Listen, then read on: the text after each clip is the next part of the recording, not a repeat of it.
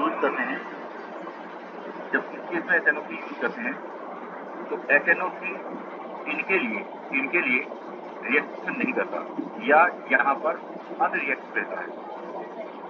ये metal HNO3 से reaction नहीं कर पाते।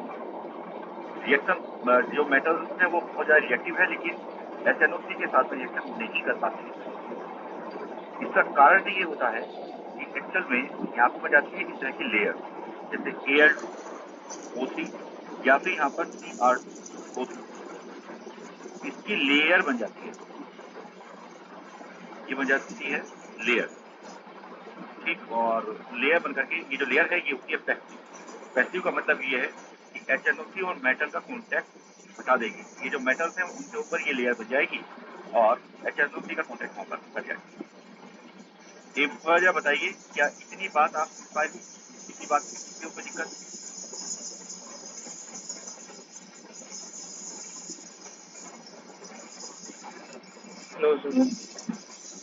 क्या क्लियर है? देखो, मैंने अभी तक केवल ये बताया है कि जो हमारे पास में HNO3 है, HNO3 एक ऑक्सीडाइजिंग एजेंट है और ये ऐसा ऑक्सीडाइजिंग एजेंट है कि इस केस में आप लोग अगर इस रिएक्शन किसी मेटल के साथ में, इवन किसी नॉन मेटल के साथ में कराओगे तो उस नॉन मेटल या मेटल को ये ऑक्सीडाइज कर देगा और खुद NO या NO से कन्वर्ट करेगा। लेकिन क्रोमियम और एल्यूमिनियम जैसी मेटल HNO3 के साथ रिएक्शन नहीं कर पाएंगी। इसका कारण ये होता है कि जब HNO3 इनके साथ रिएक्शन करता है तो इन मेटल्स के ऊपर इनके ऑक्साइड की इम्परमियस लेयर हो जाती है, एक ऐसी लेयर हो जाती है जो कि पैसिव होती है। तो उसके बाद में HNO3 का कॉन्टैक्ट मेटल से हट जाता है और रिएक्शन होना बंद हो जाता है। तो ये तो मैंने ऑक्सीडाइजिंग प्रॉपर्टी से संबंधित पॉइंट बताए हैं। मैंने कहा है कि जो हमारे पास में नाइट्रिक एसिड है इसकी और भी प्रॉपर्टीज हैं। और प्रॉपर्टी की अगर हम बात करें तो इसकी एक प्रॉपर्टी है एसिडिक प्रॉपर्टी। एसिडिक प्रॉपर्टी और याद रखिएगा कि HNO3 एक स्ट्रॉन्ग एसिड होता है। HNO3 एक स्ट्रॉन्ग एसिड है, इसलिए स्ट्रॉन्ग एसिड की जो भी प्रॉपर्टी है वो सारी प्रोवाइड करेगा। मान लिया हमारे पास में यहाँ पर HNO3 है, आपने इसको वाटर के अंदर डाल दिया, इस केस में बीइंग स्ट्रॉन्ग एसिड ये यहाँ पर एक तो HCO प्लस बना देगा, इसके साथ साथ NO3 minus ion sufficient amount में देगा। तो HNO3 एक स्ट्रॉन्ग एसिड होता है, इसके अलावा ऑक्सीडाइजिंग एजेंट होता है। ये बात मैं यहाँ पर आपको सिखा दूं। दो प्रॉपर्टी होती है, अगर मैं प्रॉपर्टी की बात करूंगा तो यहाँ पर दो प्रॉपर्टी HNO3 की आपको देखने को मिलेगी। HNO3 के ऊपर आने वाले क्वेश्चन से बेटा एक और इम्पोर्टेंट क्वेश्चन होता है, एक बहुत इंपॉर्टेंट क्वेश्चन होता है, और जब मैं बोलूंगा तो आपको तो याद आ जाएगा, और वो होता है बेटा brown ring test. Brown ring test. जब मुझे बताइए कि क्या आप लोगों ने ब्राउन रिंग टेस्ट को कभी सुना है? सुना है बेटा या नहीं? किया भैया। क्या भी होगा ये? एक्चुअल में ब्राउन रिंग टेस्ट नाइट्रेट या नाइट्राइट दोनों का ही टेस्ट होता है। नाइट्रेट या नाइट्राइट दोनों ही रेडिकल ब्राउन रिंग टेस्ट देते हैं, ठीक। इस केस में आप लोग करते क्या है, या तो यहाँ पर लेते हैं NO2 माइनस या फिर आप लेते हैं यहाँ पर NO3 माइनस। ये याद रखिएगा, बहुत बड़ी क्वेश्चन लगता है कि केवल नाइट्रेट ही ब्राउन रिंग टेस्ट देता है, लेकिन दोनों देते हैं, नाइट्राइट भी देता है और नाइट्रेट भी देता है। तो आप जो इसकी रिएक्शन कराते हो पहले स्टेप में, ठीक। अच्छा चलिए आपसे पूछ लेता हूँ, कोई बताएगा इसमें क्या क्या मिलाते हैं? कोई बताएगा? चलिए मैं बता देता हूँ बेटा। हाँ, फेरस सल्फेट। तो यहाँ पर एक तो मिलाते हैं फेरस सल्फेट, उसके बाद कंसंट्रेटेड एस्टर बोलते हैं, ठीक है। यहाँ पर हमारे पास में ये दो चीजें मिलाई जाती हैं और ऐसा करने पर यहाँ पर एक कंपाउंड बनता है, वो कंपाउंड है FeHO5NO और यहाँ पर आ गया हमारे पास ठीक 2+, यहाँ पर मैं लिख दिया टोटल। तो ये मेरे पास में यहाँ पर एक कॉम्प्लेक्स बनता है। ये जो कॉम्प्लेक्स बेटा यहाँ पर बना है, कॉम्प्लेक्स के बारे में आपको याद रखना है कि जो ये कॉम्प्लेक्स है यही है ब्राउन कलर का कॉम्प्लेक्स, इसी का ही ब्राउन कलर होता है। ठीक है, इस कॉम्प्लेक्स की एक बहुत बड़ी इंपॉर्टेंस दी है और आपसे ये क्वेश्चन जो पूछा जाता है उसके बारे में डिस्कशन करेंगे। इस केस में जो NO आप यहाँ पर देख रहे हैं, जो NO यहाँ पर आपने यूज किया है, ये NO वैसे तो +1 -1 और 0 तीनों ही टाइप का होता है। मैंने कोऑर्डिनेशन केमिस्ट्री आप लोग पढ़ाई है, तो जो NO है वो तीनों ही तरह का होता है। NO+ भी होता है, NO- भी होता है, माइनस थोड़ा सा कम होता है, लेकिन प्लस और 0 दोनों होता है। जो मेटल नाइट्रोसिल्स होते हैं, मेटल नाइट्रोसिल्स, उसमें NO 0 होता है, लेकिन आयरन के जो कॉम्प्लेक्सेस होते हैं उसमें NO+ की फॉर्म में रहता है। तो ये यहाँ पर NO+ रहता है और इसके हिसाब से सिर्फ इस NO+ का 1 ऑक्सीडेशन नंबर आ जाएगा।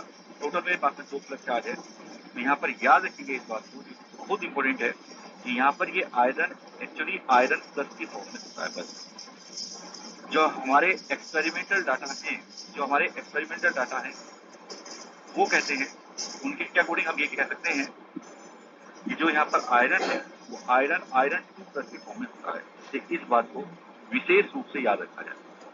ये वाली बात भी याद रखी जाए और ये वाली बात भी याद रखी जाए विशेष रूप से। तो ये बात हो गई हमारे पास में नाइट्रिक एसिड के ब्राउन रिंग टेस्ट से संबंधित। नाइट्रिक एसिड के ब्राउन रिंग टेस्ट के बाद अब हम यहाँ पर देख सकते हैं कुछ इसके यूजेस। तो देखिए नाइट्रिक एसिड के बहुत सारे यूज हैं, लेकिन फिर भी जो कुछ इंपोर्टेंट यूज इसके हो सकते हैं उसमें से एक हो सकता है हमारे पास में टू प्रिपेयर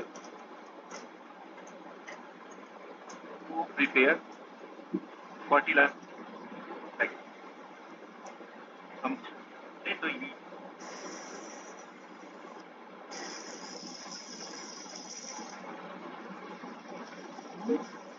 आप कुछ एक्सप्लोसिव भी बना लें। जैसे होता है हमारे पास में यहाँ पर ट्राई नाइट्रोग्लिसरीन, और मैं अगर आप लोगों को याद दिलाऊं तो आपको ध्यान आ गया और ग्लिसरॉल की रिएक्शन जब आप कराते हैं नाइट्रिक एसिड के साथ में, तो यहाँ पर ट्राई नाइट्रोग्लिसरीन होता है। ठीक है, इसको कहते हैं बेटा TNG। ध्यान आया या नहीं बेटा? ये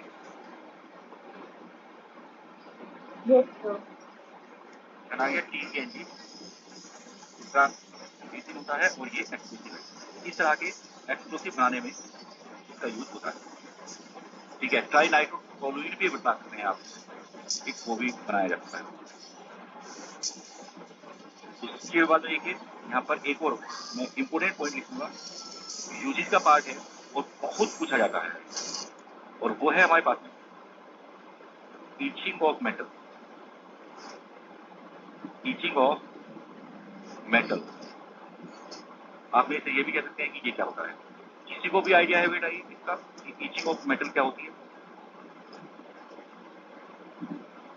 हर्ष विश्वकर्मा, पूजा गोयल, पार्थ जैन, अदिति शर्मा, कोई भी स्टूडेंट, एनी स्टूडेंट।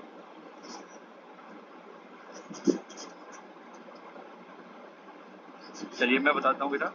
एक्चुअल में क्या होता है कि जैसे मान लीजिए आपके पास में कोई एक मेटल सरफेस है बेटा, तो जो मेटल सरफेस है ये इस मेटल सरफेस के ऊपर जैसा इसको फ्लैटली कट किया गया, इसी मेटल सरफेस को फ्लैटली कट किया गया तो ये स्मूथ होगी। तो जब ये स्मूथ होगी तो उसके बाद में क्या है कि इसके ऊपर डस्ट के पार्टिकल्स फंसे हुए चले जाएंगे। उसकी वजह से क्या होगा कि जो इसकी स्मूथनेस है वो मतलब जो सरफेस है वो तो स्मूथ हो जाएगी, लेकिन जो इसकी सरफेस के ऊपर फ्री वैलेंसी थी वो सब खत्म हो जाएगी, क्योंकि जो डस्ट के पार्टिकल्स इसके ऊपर गिरेंगे या जो एटमोस्फेयर के सरफेस के ऊपर गिरेंगे वो इसको इनएक्टिव कर देंगे, इसकी एडजॉर्प्शन कैपेसिटी को भी खत्म कर देंगे। तो कोई ट्रांजिशन एलिमेंट है तो उसकी एडजॉर्प्शन कैपेसिटी को, जो डस्ट के पार्टिकल्स होते हैं या एटमॉस्फेयर के अंदर बचे कुछ और सब्सटेंस होते हैं वो बेकार कर देते हैं। ऐसी स्थिति में आप ये कर सकते हैं कि जो हमारे पास में मेटल है इसके ऊपर HNO3 डाल दें, तो जो यहाँ पर इम्प्योरिटीज प्रेजेंट है वो इम्प्योरिटीज यहाँ से ऑक्सीडाइज होकर के हट जाएगी और दोबारा से इसकी सरफेस के अंदर रफनेस आ जाएगी और मेटल को आप दूसरे कामों में यूज कर सकते हैं आप। इसको कहते हैं ईचिंग ऑफ मेटल। वैसे इसका एक और यूज है, वो मैं यहाँ पे लिख रहा हूँ। ये ऑक्सीडाइजर की तरह से यूज किया जाता है रॉकेट फ्यूल। ये भी याद रखेंगे, मैं यहाँ पर लिख रहा हूँ इसको भी। ऑक्सीडाइजर, ऑक्सीडाइजर इन रॉकेट फ्यूल।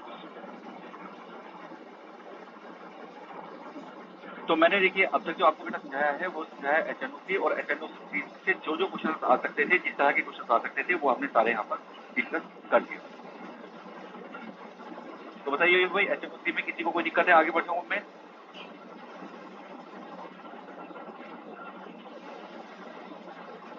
हाँ भाई आशीष मेहरा, सुन रहे हो भाई मुझे? Yes sir. आगे बढ़ जाए, समझ में आ गया यहाँ तक? Yes sir, done sir. हाँ यस बेटा।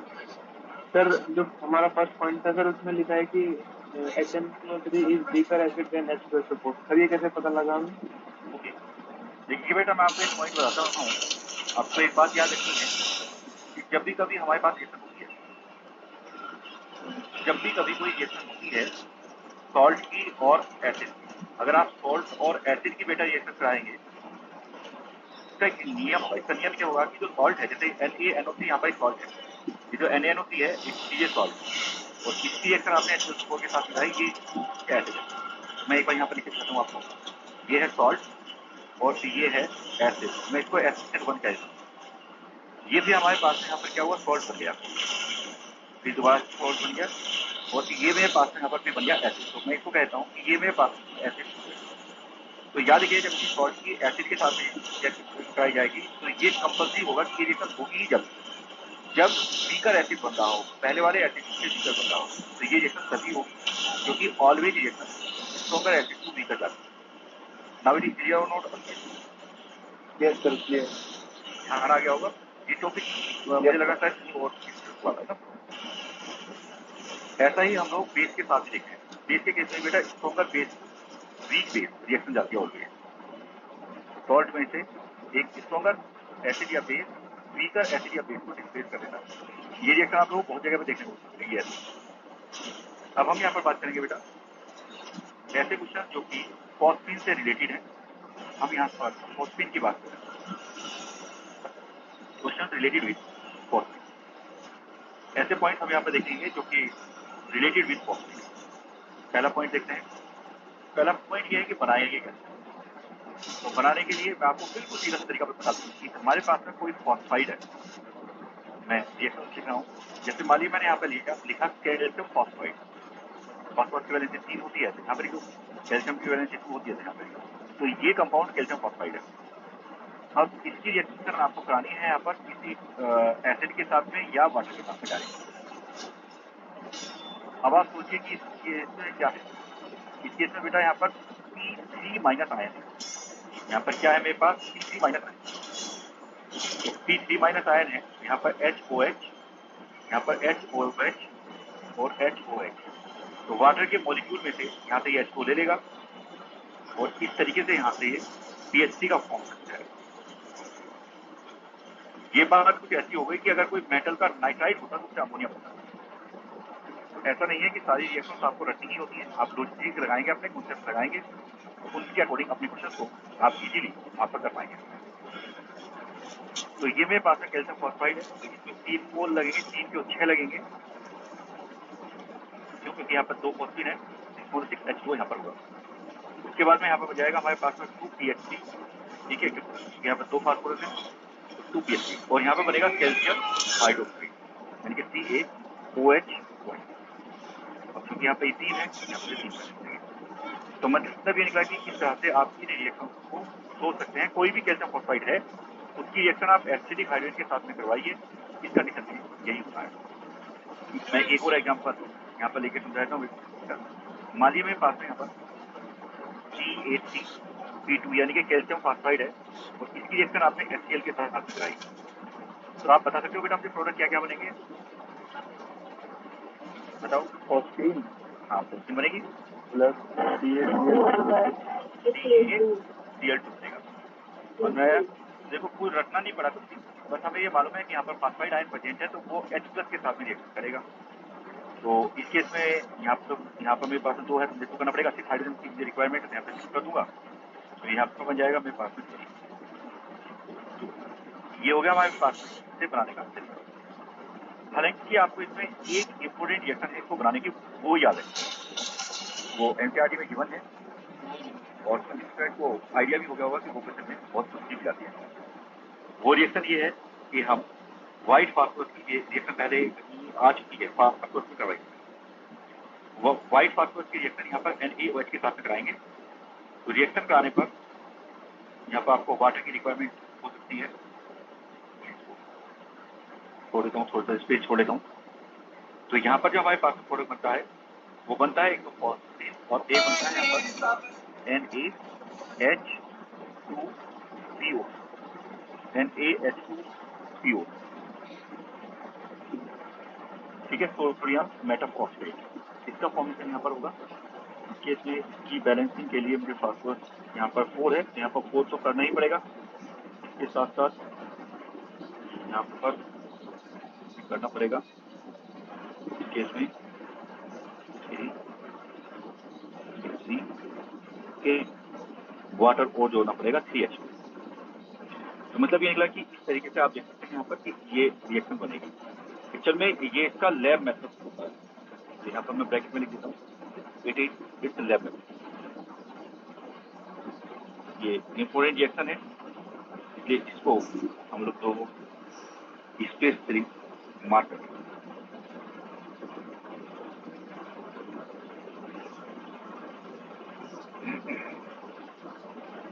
तो चलिए, ये तो मैंने यहाँ पर आपको बता दिया।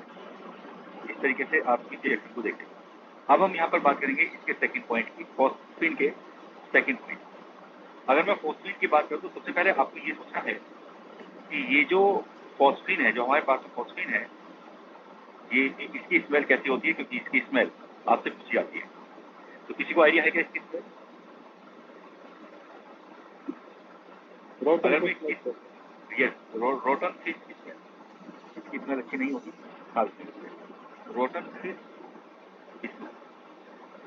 स्मेल कुछ गैसेस की आप लोगों को याद रखनी है। इसके अलावा अगर मैं बात करता हूँ तो ये पॉइजनस गैस, ये गैस पॉइजनस गैस, ये पॉइंट हो गया। और इसके अलावा अगर हम बात करते हैं तो ये हाईली सोल्यूबल इन वाटर है, हाईली सोल्यूबल इन वाटर, पानी में डिजोल्व होगी, पानी में डिजोल्व बिल्कुल ऐसे होगी जैसे अमोनिया होगी। बेसिक सोल्यूशन बनेगा लेकिन वीकली बेसिक होगी, अमोनिया से कमजोर बेस है। आप लोगों को मैंने बताया था अमोनिया, फॉस्फीन और इस तरीके से ऑर्डर बताया था, तो मैंने ये कहा था कि टॉप टू बॉटम जाने पर बेसिक कैरेक्टर रखता है। तो phosphine is weaker then ammonia. तो यहाँ पर आप देख सकते हैं वीकर बेस देन अमोनिया, ये अमोनिया से वीकर है। और याद रखने के लिए मैं आपको बता दूं, मैंने ये कहा था जैसे NH3, CH3, nitrogen, phosphorus, arsenic, antimony and bismuth. मैंने ये कहा था कि इनका जो बेसिक कैरेक्टर है वो टॉप टू बॉटम जाने पर बेसिक कैरेक्टर डिक्रीज होता है, बेसिक नेचर। क्योंकि कुछ स्टूडेंट कहते हैं कि इनक्रीज होता है, लेकिन मैंने आपको समझाया भी था वो डिक्रीज करेगा। तो ये बात मैंने आपको समझा दी। अब हम यहाँ पर बात करेंगे बेटा इसी का ही एक important which is related with phosphine. Phosphine के लिए एक इम्पोर्टेंट पॉइंट है और वो ये होता है कि ये होम सिग्नल में यूज किया जाती है। ये यूज की जाती है होम सिग्नल। अब ये होम सिग्नल क्या होता है इसके बारे में आपको इसकी बात हम करते हैं कि ये क्या होता है। तो देखिए बेटा, मैं आपको बता दूं कि होम सिग्नल एक और पॉइंट में लिख देता हूँ, यहीं पर इसी के साथ ही लिख देता हूँ, नहीं होगी। Home signal and smoke screen, smoke screen, इसमें इसका यूज होता है। तो पहले मैंने पहला पॉइंट था जिससे आप इसको बनाएंगे, दूसरा पॉइंट था इसकी प्रॉपर्टी और तीसरा पॉइंट था इसका यूज। तो मैंने कहा कि स्मोक सिग्नल्स या फिर स्मोक स्क्रीन बनाने में इसका यूज होता है। क्या मतलब है इसका, वो मैं देखिए बेटा, अगर मैं बात करूं फोस्फीन, ध्यान से सुनिएगा जरा मेरी बात को। अगर मैं फोस्फीन की बात करूं तो ये इनफ्लेमेबल बहुत ज्यादा नहीं, ये बहुत ज्यादा इनफ्लेमेबल नहीं होता। लेकिन समस्या ये है कि ये फोस्फीन प्योर भी नहीं होती। प्लीज समझना बात में क्या बोल रहा हूं, फोस्फीन प्योर भी नहीं।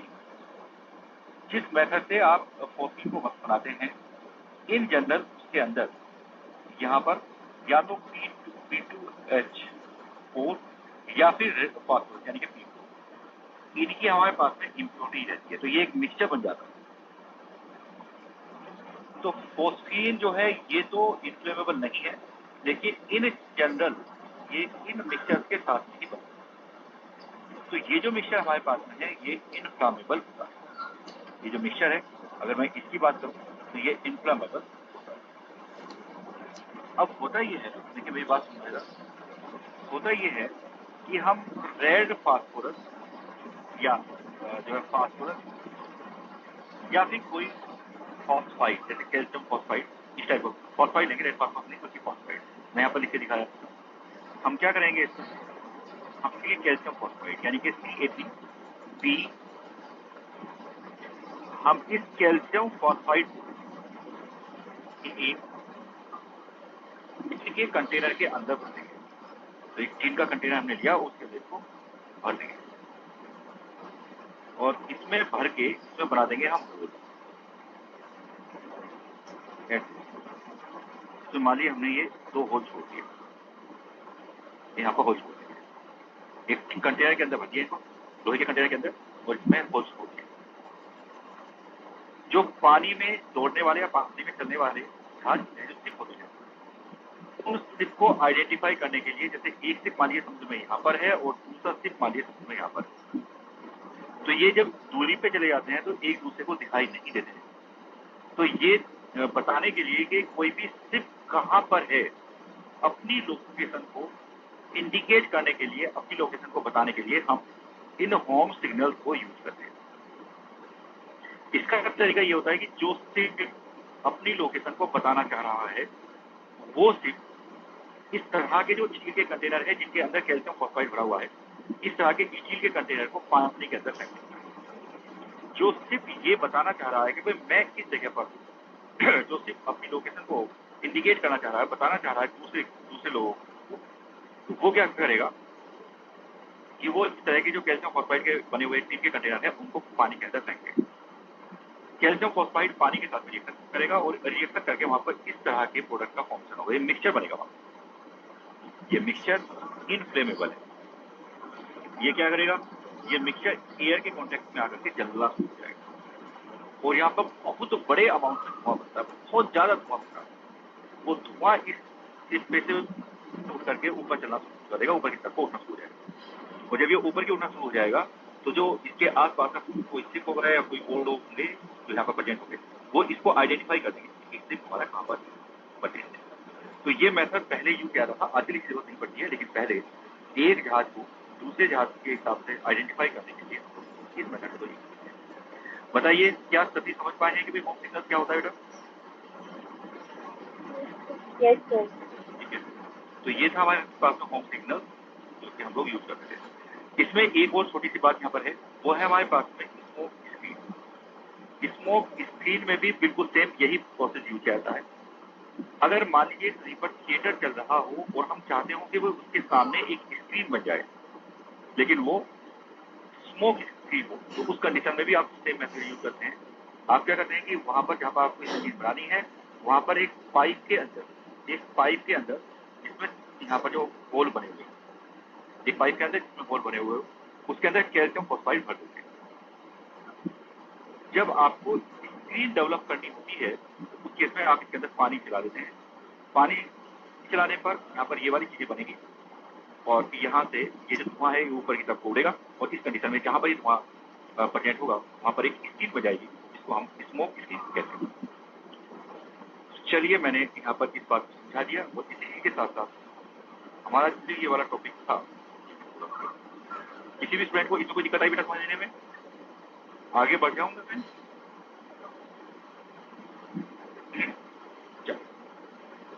बता देना भाई अगर कोई दिक्कत तो। अब हम बात करेंगे बेटा यहाँ पर पॉइंट थर्ड। पॉइंट थर्ड में हम यहाँ पर बात करेंगे phosphorus trichloride. Phosphorus trichloride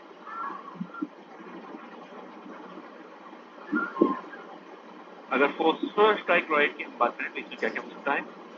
phosphorus trichloride का पहला पॉइंट कि आप यहाँ पर फॉस्फोरस लीजिए, क्लोरीन की रिएक्शन कराइए, रिएक्शन करा करके यहाँ पर बन जाएगा CCl3। इस केस में जब आपको ये बनाना है तो PCl3 बनाना है तो यहाँ पर क्लोरीन कम होनी चाहिए, ये कम होनी चाहिए। तो मतलब ये निकला कि जो P4 है ये आपको यहाँ पर देना है। ठीक, क्लोरीन आपको यहाँ पर कम रखनी है PCl3 का फॉर्मेट। अगर हम चाहें तो इसको बनाने का एक और मेथड हो सकता है, वो ये हो सकता है कि P4 दें तो इसी अगर आप SOCl2 के साथ में कराएं तो यहाँ पर हमारे पास में PCl3 का फॉर्मेशन होता है और प्लस यहाँ पर SO2 गैस निकलती है और यहाँ पर बनता है H2Cl। इक्वेशन को बैलेंस करने के लिए मैं यहाँ पर 8 कर देता हूँ, यहाँ पर कर देता हूँ 4 और इसमें भी कर देता हूँ 4, इसमें कर देता हूँ। ठीक, ऊपर वाली रिएक्शन को भी आप यहाँ पर चाहें तो बैलेंस कर दें, यहाँ पर 6 कर दीजिए और यहाँ पर 4 कर दीजिए। तो ये तो हो गए हमारे पास में इसको बनाने के तरीके। बात करते हैं कि जो फॉस्फोरस ट्राइक्लोराइड है, फॉस्फोरस ट्राइक्लोराइड की रिएक्शन क्या होती है। इसकी अगर हम रिएक्शन की बात करें तो आप लोगों ने इसके बारे में थोड़ा सा पढ़ रखा होगा कि इसका काम ये होता है, ये OH को हटाता है और CL लगाता है। ठीक, वैसे ये कलरलेस ऑयली लिक्विड, इससे कलरलेस ऑयली लिक्विड। काम इसका ये है कि CH3COH अगर हमारे पास है, आपने रिएक्शन CCl3 की करा दी, इसका काम ये होगा, ये यहाँ पर CH3COCl का फॉर्मेशन कर देगा, OH हटाएगा, Cl लगाएगा।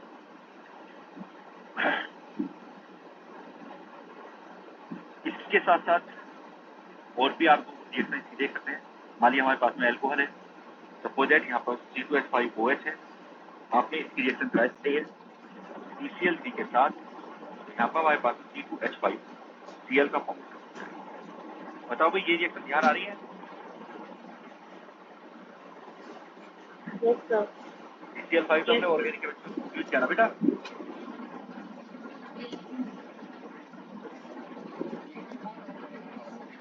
यहाँ पर एक इसका पॉइंट ये है कि शेप से संबंधित, शेप कहती है रिलेटेड विद स्ट्रक्चर। अगर हम स्ट्रक्चर की बात करें तो जो फास्फोरस है उसके आउटरमोस्ट ऑर्बिट में जो इलेक्ट्रॉन होते हैं वो होते हैं 5। यहाँ पर हमारे पास में 3 बॉन्ड बन जाएंगे। सीधी सी बात है कि यहाँ पर आए 3 बॉन्ड बनाए, तो बेटा एक आ गया मेरे पास में 1 बॉन्ड में। तो जब बताइए ज्योमेट्री क्या होनी चाहिए इन 4 के अकॉर्डिंग।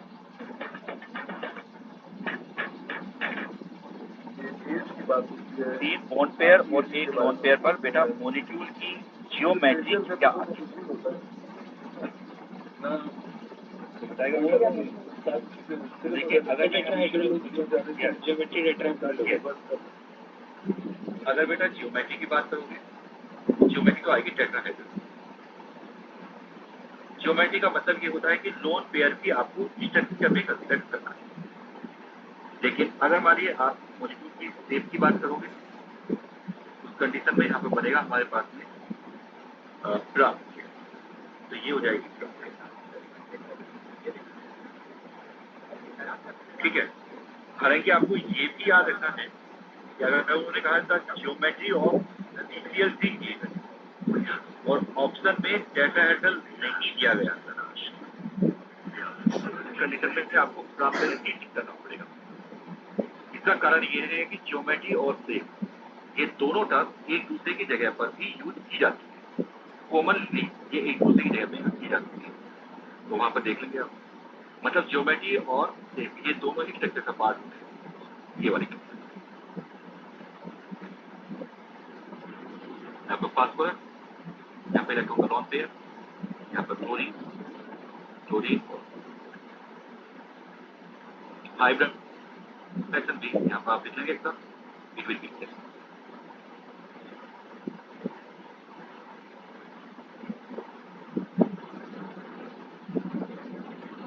किसी भी स्टूडेंट को PCl3 से संबंधित कोई प्रॉब्लम, मतलब कोई दिक्कत इसको समझने में आई तो 3 पॉइंट में समझा दिए। चलो अब हम बात करेंगे यहाँ पर PCl5। अगर हम PCl5 की बात करते हैं तो इसका नाम बेटा होता है फॉस्फोरस पेंटाक्लोराइड। फॉस्फोरस पेंटाक्लोराइड बोलेंगे आप। और इसकी भी जो रिएक्शंस हैं और जो इसकी बातें हैं बेटा वो भी लगभग वैसी ही है जैसे कि फास्फोरस ट्राइक्लोराइड की आपने पढ़ी। जैसे नंबर 1 है मेथड ऑफ तो P4 की रिएक्शन आप क्लोरीन के साथ कराइए, यहाँ पर बन जाएगा PCl5। लेकिन सच ये है कि इस केस में ये तो बैलेंसिंग करने के लिए बेटा मैं यहाँ पर कर देता हूँ 4 और यहाँ पर 10 करना पड़ेगा, पर 10। दूसरा यहाँ पर एक और आप देख सकते हैं, एक और रिएक्शन देख सकते हैं, P4 की रिएक्शन करा दीजिए आप यहाँ पर SO2Cl2 के साथ। डिफरेंस देख लीजिए, डिफरेंस देख लीजिए। यहाँ पर रिएक्शन कराई थी मैंने किसकी, SOCl2 की, जिसका नाम होता है बेटा सल्फोनिल क्लोराइड। सल्फोनिल क्लोराइड होता है इसका नाम। और अब जो मैं यहाँ पर रिएक्शन करा रहा हूँ वो करा रहा हूँ SO2Cl2 की, इसको कहते हैं sulphuryl chloride. Sulphuryl chloride.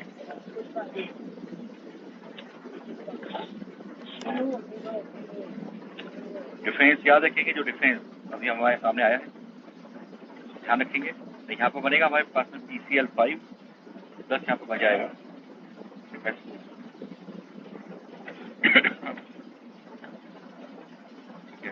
Balance करनी होगी यहाँ पर 4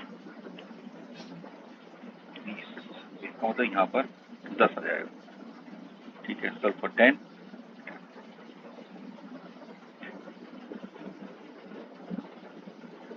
PCl5 का दूसरा जो PCl5 है बेटा, इसको याद रखना है कि ये सब्लिमेट होता है गर्म करने पर डायरेक्ट वेपर में जाता है। अगर आपने बेटा PCl5 लिया तो ये एक सॉलिड सब्सटेंस है PCl5, आपने इसको लिया गर्म कर दिया तो सीधा बनाएगा PCl3 गैसेस फेज में, प्लस यहाँ पर बनाएगा Cl2 गैसेस फेज में। और अगर आपने कर दिया इसको ठंडा, अगर आपने इसको ठंडा कर दिया तो ये दोनों रिएक्शन करेंगे और इसमें कन्वर्ट हो जाएंगे। इसलिए आपको इसको याद रखना है कि PCl5 सब्लिमेशन शो करता है।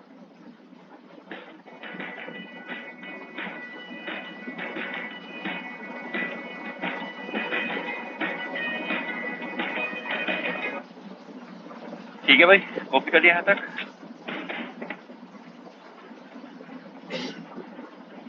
सर हाँ बेटा। सर फर्स्ट पॉइंट में एक्सेस में हम क्लोरीन लेंगे फॉस्फोरस की जगह। हाँ पहले वाले में इसमें सर हमने पहले वाले में लिया तो फॉस्फोरस एक्सेस में लिया था और इसमें हमने chlorine access.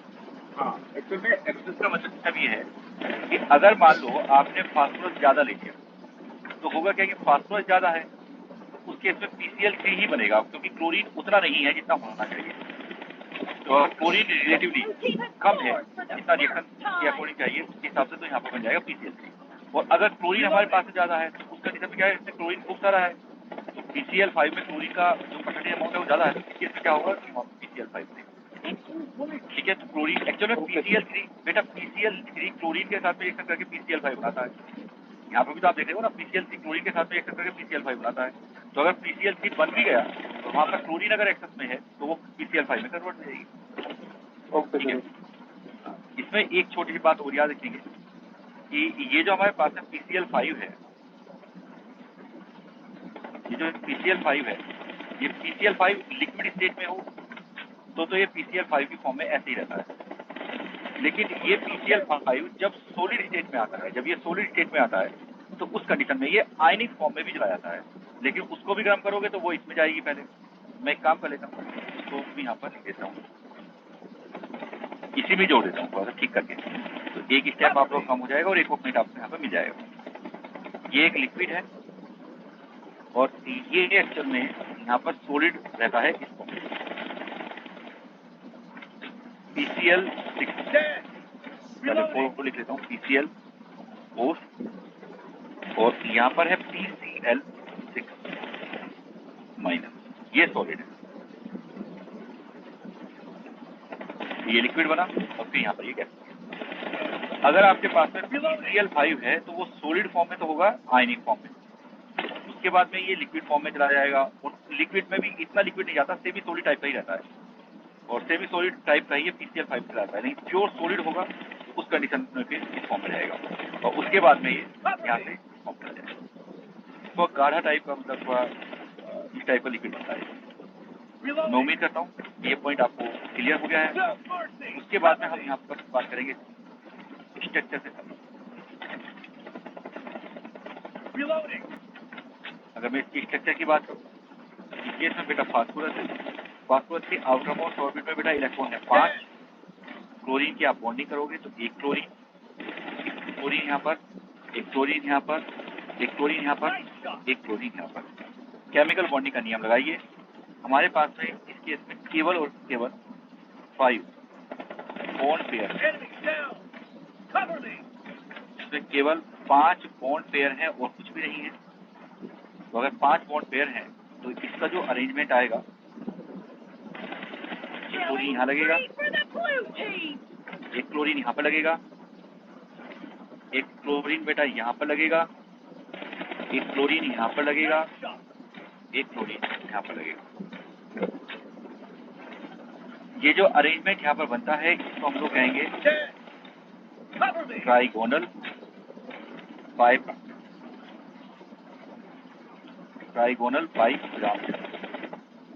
Trigonal bipyramidal arrangement यहाँ पर बनेगा। ट्राइगोनल बाइपिरामिडल अरेंजमेंट को इस तरीके से ध्यान में रखेंगे। ये ट्राइगोनल प्लेन है और ऊपर और नीचे की वजह से ये ट्राइगोनल बाइपिरामिडल है। इसमें बेटा जो ये वाले 3 बॉन्ड होते हैं, फास्फोरस और क्लोरीन के जो ये 3 बॉन्ड होते हैं, इनको हम लोग कहते हैं इक्वेटोरियल बॉन्ड्स।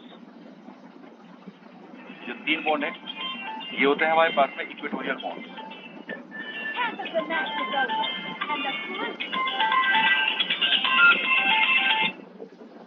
ये इक्वेटोरियल बॉन्ड है और जो हमारे पास में ये 2 बॉन्ड हैं, कौन कौन से, एक ये नीचे और एक ये वाला, इसको कहते हैं बेटा axial bonds.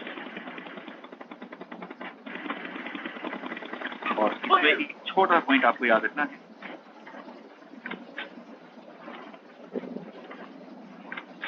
Which is related with again chemical bonding. आप लोगों ने वहां पर पढ़ा है, कोई दिक्कत अगर हो तो मेरे से पूछ लेंगे आप। ये जो एक्सियल बॉन्ड लेंथ होती है हमारे पास में, एक्सियल बड़ी होती है और इक्वेटोरियल छोटी। बताओ भाई, कोई दिक्कत किसी को इसको समझने में? ये समझ में आ गया?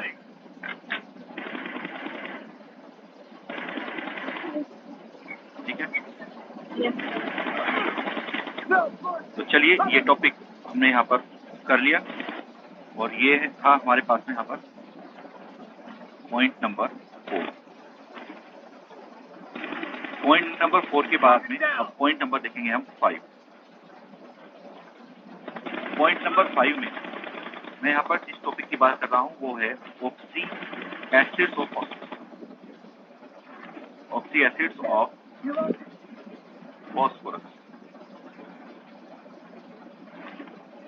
अब हम यहाँ पर जो बात कर रहे हैं वो है ऑक्सी एसिड्स ऑफ फॉस्फोरस। तो मैं एक एक करके जो ऑक्सी एसिड हैं उनको यहाँ पर बताता हुआ जाऊंगा। सबसे पहला है हमारे पास में हाइपोफॉस्फोरस एसिड। वर्तिका कुछ पूछना चाह रही है बेटा? वर्तिका कुछ पूछना चाह रही है बेटा?